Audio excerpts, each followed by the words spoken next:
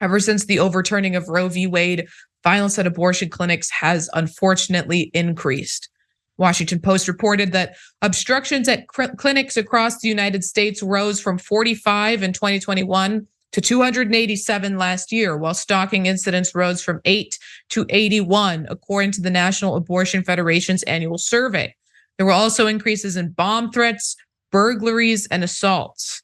The Federation found that after Dobbs, abortion opponents have shifted attention to states that maintain broader protections, including California, Colorado, Illinois, Michigan, Nevada, New Jersey, New Mexico, Massachusetts, and Oregon, as well as Washington, D.C. Now, the DOJ is focusing on investigating and prosecuting these attacks, and these attacks are prosecuted under the Freedom of Access to Clinic Entrances Act, otherwise known as the FACE Act, which is a 1994 law that Attorney General Merrick Garland has called a key tool in the Biden administration's effort to protect reproductive rights in the face of tightening legal restrictions for women seeking abortions.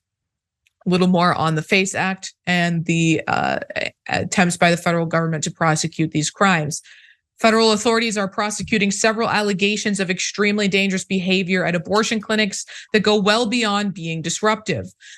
Among the examples are cases involving charges that a man threatened to burn down an Ohio abortion clinic last year, that a man set fire to an Illinois clinic in January, and we covered that here, and that 3 men conspired to firebomb a California clinic in March. Continues on. Since President Biden took office in 2021, the Justice Department has brought 20 criminal prosecutions and 1 civil case under the FACE Act against a total of 46 defendants, according to federal officials, with all but one of those cases involving charges for disruptions at abortion clinics. And Republicans in recent days and recent weeks have been calling to eliminate the FACE Act because they don't want these types of protections at abortion clinics.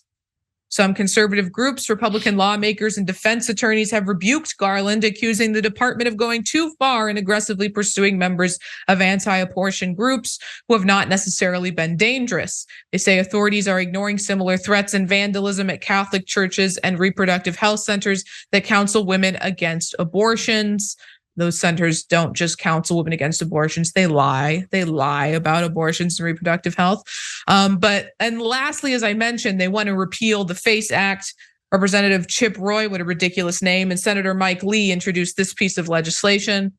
It said free Americans should never live in fear of their government targeting them because of their beliefs.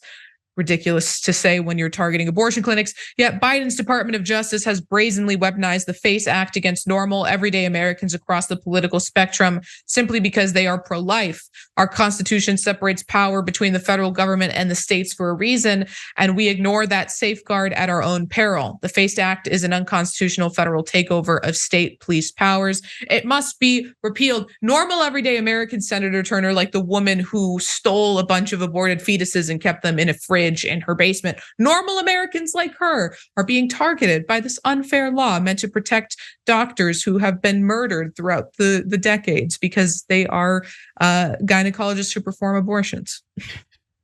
Saying with a straight face, the pun definitely intended to say that people who are threatening to bomb abortion clinics are average everyday Americans. We need to check what we consider to be average everyday Americans. And the irony of people who say that they are so much for life, using violence to end the lives of other people. Please make it make sense. None of these centers, whether I agree with those counseling centers, they shouldn't be threatened with violence, and neither should abortion clinics either.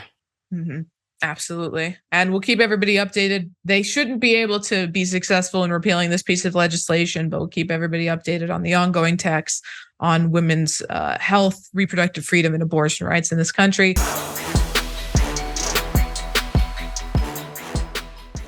Check out the Damage Report podcast each day, wherever you get your podcasts, whether Pocket Casts or Stitcher or iTunes. You can join me as I give you the news and stories you want, with a range of co-hosts and interview guests jumping in on the fun each day. Again, that's the Damage Report, wherever you get your podcasts. And if you get them at iTunes, don't forget to rate and review. Sometimes I'll read them live on the show.